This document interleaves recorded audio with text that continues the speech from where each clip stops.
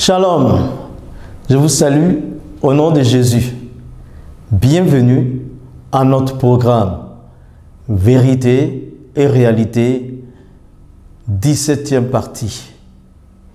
Et c'est avec l'assistance du Saint-Esprit et aussi la collaboration de Radio JLC et avec aussi l'intercession de toutes les églises La Bonne Voie, avec le soutien de mon épouse Maïmouna, la plus belle.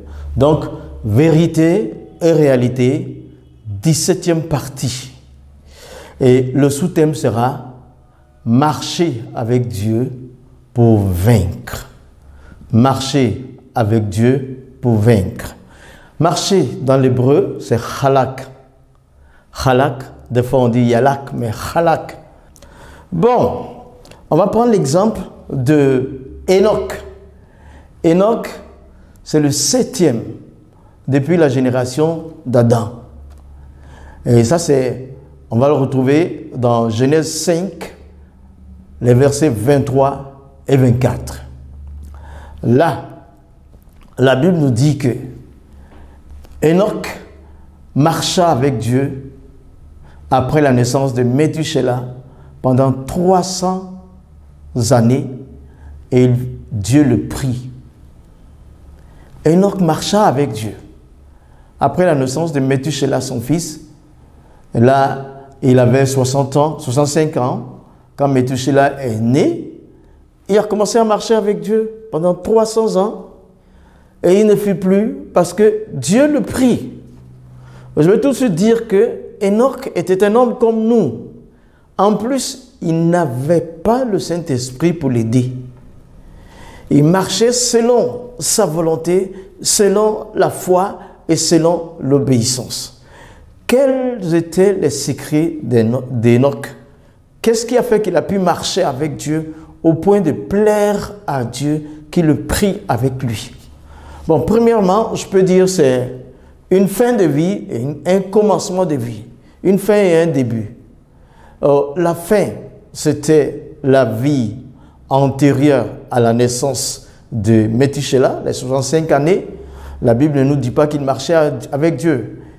Il a mis fin à ça, à la naissance de Méthusélah. Et ensuite, la nouvelle vie a commencé après la naissance de Méthusélah. Donc, il a mis une fin et un début. Il a décidé que, après ces 65 années, après la naissance de Méthusélah, je dois marcher avec Dieu. C'est une décision qu'il a prise et il a commencé à le faire. Tout doucement, et ça a duré 100, 200, 300 années. Ah, il plut à Dieu. Et Dieu l'amena avec lui. Deuxièmement, qu'est-ce qu'il a fait? Il a acquis une victoire. Il a vaincu. Parce que Genèse 5, il y a aussi la généalogie dedans. Toutes les personnes précitées, il y a une phrase qui venait. Il mourut, il mourut, il mourut. Autour de Enoch, il n'y a pas eu il mourut. Il n'a pas connu la mort. Pourquoi? Parce qu'il a marché avec Dieu. Il a été vainqueur, c'est la mort. Et ça, c'est ça, là. C'est ça. Et puis, ensuite, il y a eu le grand déluge, là. Il n'a pas vu le déluge. Il n'a pas connu la mort. Dieu l'a enlevé juste parce qu'il a pu marcher avec Dieu. Il n'avait pas le Saint-Esprit. Aujourd'hui, toi et moi, nous avons le Saint-Esprit. Donc, nous devons marcher avec Dieu. Tu dois marcher avec Dieu. Je dois marcher avec Dieu. Nous devons absolument marcher avec Dieu. Il n'y a pas d'alternative. Nous devons marcher avec Dieu. Nous allons marcher avec Dieu parce que nous devons vaincre. Tu vois, dans la vie, il y a une chose qui est importante, c'est la victoire. Parce qu'il y a divers combats dans tous les domaines de nos vies. Dans tous les domaines de nos vies, c'est la bataille, c'est la guerre. Et c'est pour ça que dans tous les domaines de nos vies, nous devons être victorieux. Victorieux. Mais la seule manière de vaincre, c'est de marcher avec Dieu. Comme Enoch l'a fait. Et tout de suite, on va passer à un deuxième exemple. Ça, c'est 2 Samuel 5, versets 23 à 24. 2 Samuel 5, il s'agit de David. David avait été oint par Samuel, mais longtemps après qu'il est monté sur le trône. Après qu'il eut l'onction, il allait d'ici et là, il se cherchait. Il avait une troupe avec lui. Il faisait des escaramouches. Les Philistins ne le considéraient pas trop. Mais quand il a été intronisé sur Israël, les Philistins se sont dit, ah, celui-là, maintenant, il est devenu roi. Mais ce n'est pas comme Saül. Parce que nous avons défait Saül qui ne marchait pas avec Dieu, je me dis. Mais David marchait avec le Dieu d'Israël. Si avec ça il devient roi, il faut qu'on en finisse rapidement. Donc à partir du verset 17 de 1 Samuel 5, ils se sont coalisés. Ils ont fait un grand rassemblement et ils sont venus. Ils sont allés à l'attaque contre David. David, pour preuve qu'il marche avec Dieu, invoque, demande au Seigneur, consulte le Seigneur. Et l'Éternel, consulté, lui dit, va, monte, tu seras vainqueur. Et l'Éternel l'a aidé à avoir la victoire. David, le signe qu'il marchait avec Dieu, il consulta le Seigneur et il fut vainqueur. Et donc, peu de temps après, les Philistins se sont reformés et se sont fortifiés. Il ne fallait pas laisser un répit à David, il fallait tout de suite l'éliminer. Donc, qu'est-ce qu'ils ont fait? Ils sont revenus à l'attaque. Ils se sont rassemblés encore et David, les ayant vus, David s'adresse à l'Éternel. Il consulte encore l'Éternel. Et l'Éternel lui dit, non, cette fois-ci, tu ne monteras pas. Tu ne les attaqueras pas face à face. Tu vas faire un détour. Tu vas aller dans les mûriers. Tu vas te retrouver derrière eux. Tu vas te retrouver derrière eux. Mais tu attendras. Quand tu entendras le bruit de mes pas dans les cimes des mûriers, sache que je suis l'Éternel qui marche et qui te donnera la victoire. Donc, la stratégie était sortie parce qu'il marchait avec Dieu. Il ne fallait pas qu'il aille vis-à-vis, mais qu'il contourne. Mais donc, David, maintenant, il avait quelque chose à faire. Il avait à rester attentif, discerner, parce que c'était un peu compliqué. Les mûriers sont des arbres. Et il fallait qu'il aille attendre là-bas. Prendre les Philistins par derrière là-bas. Mais il y a du bruit de pas au milieu des mûriers, il y a des herbes certainement. Mais ce n'est pas ce bruit de pas-là qui devrait empêcher David d'entendre les pas du Seigneur qui seraient dans les airs, à la partie haute des mûriers. Ça, c'est très significatif. David a été attentif de par sa relation avec Dieu, de par le fait qu'il marchait avec Dieu. Il consultait, il regardait. Tous les bruits étaient que des bruits, mais ce n'étaient pas les pas de Dieu. Il a discerné les pas de Dieu dans les airs, dans les cimes. Et quand il a vu que c'était les pas de l'Éternel qui marchaient pour sa victoire, alors il a attaqué et David a été vainqueur. Les amis, ça sont des choses que nous sommes appelés à faire. Nous devons faire. Tu dois marcher avec Dieu. Ce n'est pas par terre que tu vas le chercher. C'est là-haut qu'il se trouve. Lève les yeux vers lui et entends sa voix, entends ses pas. Alors tu marcheras, tu seras vainqueur. Et c'est comme Enoch. Enoch, c'est un peu le signe de l'enlèvement. Parce qu'aujourd'hui, dans la Nouvelle Alliance, il faut marcher avec Dieu pour être enlevé. C'est pour ça qu'on va descendre un peu dans la Nouvelle Alliance pour voir Jésus face à l'Église. Comment Jésus s'est présenté à l'Église. Et j'ai choisi pour vous encore l'apôtre Jean, l'homme des révélations. Paul était l'enseignant et Jean, c'est celui qui recevait les révélations, vraiment très fortes. Alors, dans l'Apocalypse, Apocalypse, ça veut dire révélation. Apocalypse, révélation. Donc Jean, Apocalypse, voilà comment, depuis le 2e chapitre au 3e chapitre, voilà comment Jésus s'introduit à l'église. Premièrement, à l'église d'Éphèse. Il dit, celui qui tient les 7 étoiles dans ses mains, dans sa main droite, et celui qui marche au milieu des 7 chandeliers. Il se présente ainsi. Les 7 étoiles, ce sont les 7 anges des 7 églises. Le chiffre 7, c'est un peu pour signifier, et le nombre même correspond au nombre, ça signifie le nombre du corps de Christ, normalement le nombre des églises. Il dit, les 7 anges des églises, je les tiens entre mes mains. Et puis, les chandeliers, ce sont les églises. Il marche au milieu des églises. Et c'est comme ça qu'il se montre à l'église d'Éphèse. Et à l'église de Smyrne, il dit, je suis le premier et le dernier, celui qui était mort et qui est revenu à la vie. Voilà comment il s'est introduit à cette église de Smyrne. Je suis le premier. Pour dire à l'église, je suis au départ. Je suis à l'arrivée.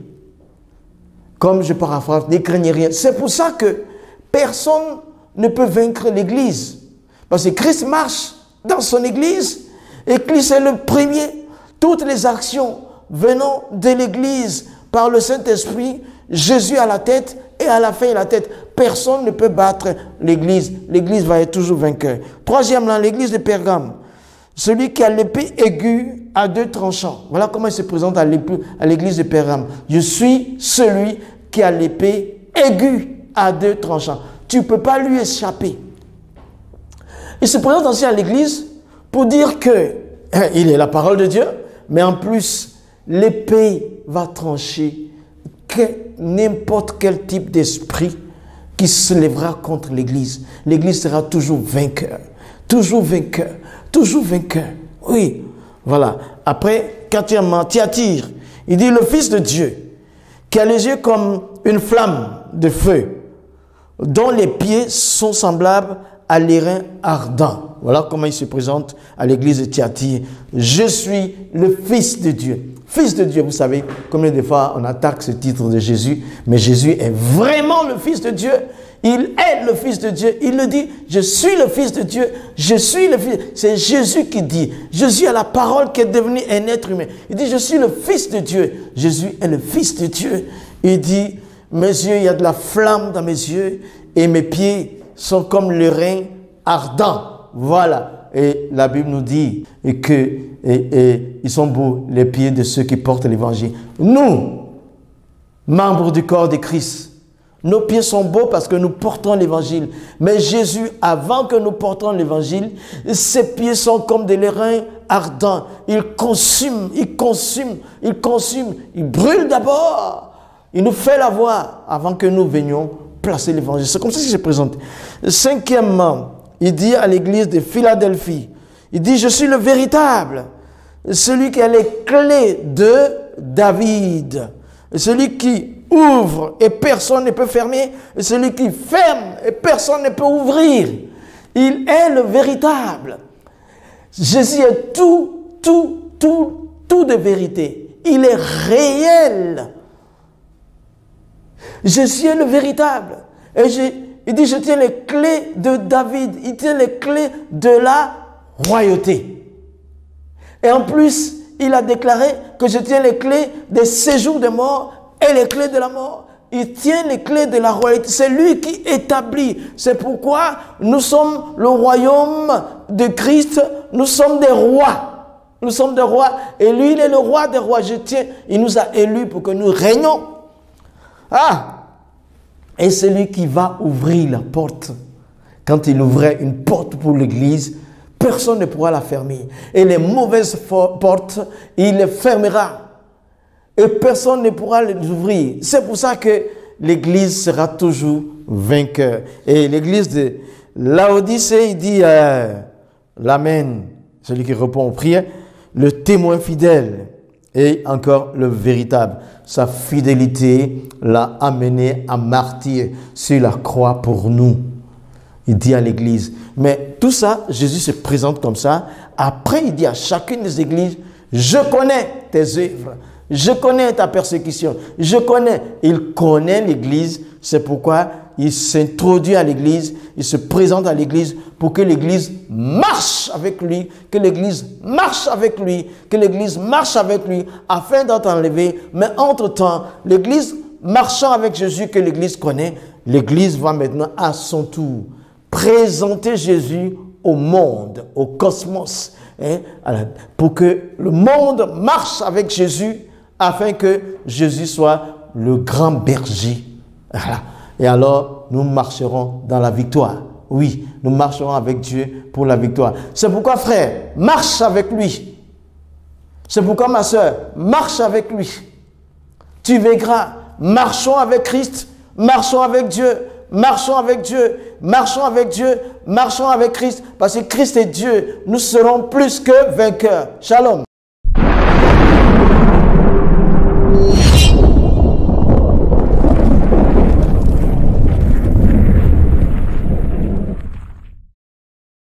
Shalom, je vous salue au nom de Jésus. Bienvenue dans la section Islam de vérité et réalité. Aujourd'hui, nous avons le sous-thème les sources de l'islam, 10e partie, sources de l'islam, 10e partie. Et nous allons parler de balance. Les balances, midjan. Les balances. Dans l'islam, les balances jouent un grand rôle. Bon, je vais d'abord donner les références dans lesquelles vous pouvez trouver les balances là. Premièrement, dans la sourate 101, versets 5 à 6. Sourate 101, versets 5 à 6. 23e sourate, versets 102 à 104. 23e sourate, versets 102 à 104. 27e sourate, versets 89 à 90. Donc, toutes ces références-là parlent de la balance qu'on dit midjan. Bon, au jour du jugement, par exemple, si je prends la 101e sourate, il dit celui qui aura plus de bonnes œuvres dans la balance ira au paradis. Celui qui aura plus de péchés dans la balance ira en enfer. Bon, cette même phrase est dans toutes les références que je viens de citer. Et c'est la doctrine principale pour l'entrée au paradis dans l'islam. Bon, tout de suite, je vais vous démontrer la source vient d'où cette balance-là. Premièrement, la source initiale, c'est le testament d'Abraham. Le testament d'Abraham, un livre égyptien apocryphe. Le testament d'Abraham, ça existait plusieurs siècles avant l'islam. La deuxième source, c'est le livre des morts, également qui vient d'Égypte et qui fait référence aux mêmes balances pour le jugement. Donc, et dans le livre des morts, on trouve la divinité Osiris. Osiris, qui est la divinité principale dans le livre des morts, qui, proclamant ses jugements pour les humains, va ériger des balances pour que les œuvres de chaque personne soient pesées dessus. Hein? Les plus méritants iront là où il faut.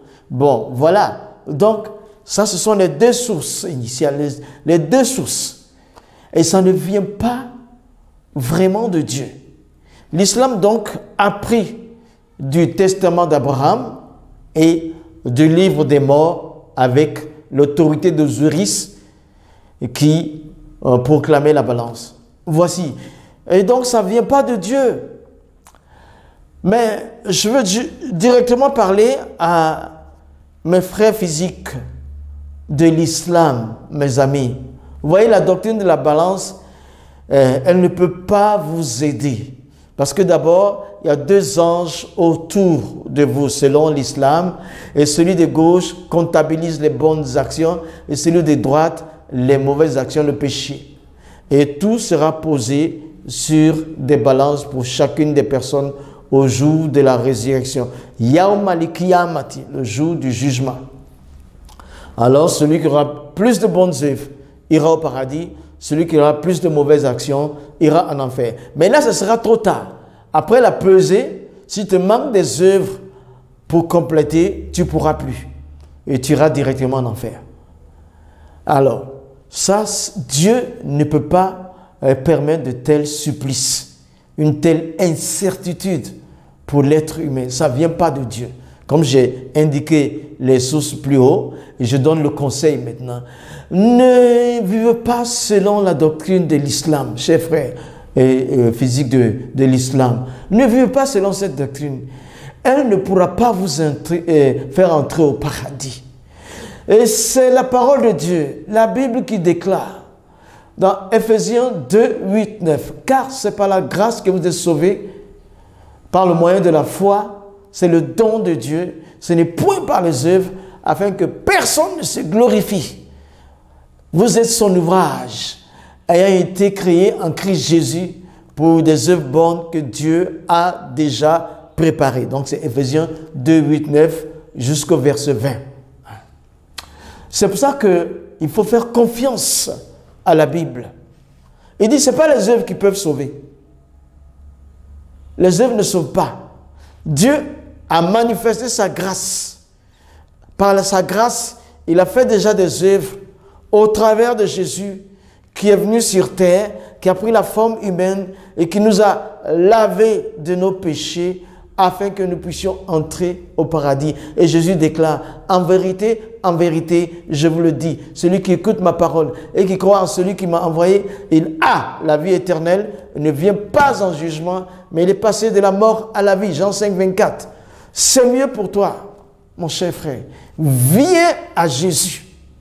Viens à Jésus. Dans tes prières, tu dis, c'est-à-dire Dieu dirige-moi dans le droit chemin. Dieu dirige-moi dans le droit chemin. Mais le droit chemin, Jésus a dit, Anna, moi, Hoa, je suis Tariq, le chemin, Walihak, la vérité, Walihayat, la vie, dit Leisa Ahad, pas un seul. Il a Annie qui ne vient à moi, dit Jésus, il a Abi, ne peut arriver au paradis chez Dieu, chez le Père. Donc viens à Jésus, tu seras sauvé. Viens à Jésus, tu seras sauvé. Il faut absolument éviter cet endroit infernal. Tu peux prendre la bonne décision ce soir ou pendant que tu regardes cette vidéo. Moi, je l'ai fait il y a 34 ans. Viens à Jésus, tu seras sauvé. Crois. Donne ta vie à Jésus, tu seras sauvé. Shalom. Je vais prier. Notre Dieu, notre Père, je sais qu'en entendant ces vidéos-là, celle-là en particulier, quelqu'un va se repentir. Qu'il reçoive donc la vie éternelle, comme Jésus l'a dit. Mais à toi, n'hésite pas. Donne ta vie à Jésus. Donne ta vie à Jésus. L'islam, la balance ne pourra sauver personne. Et quant à vous, mes amis, mes frères, dans l'esprit, ministère du Seigneur, allons vers eux avec l'amour pour leur apporter le salut éternel, la vie éternelle, afin qu'ils soient sauvés. Que le Seigneur vous bénisse. Amen.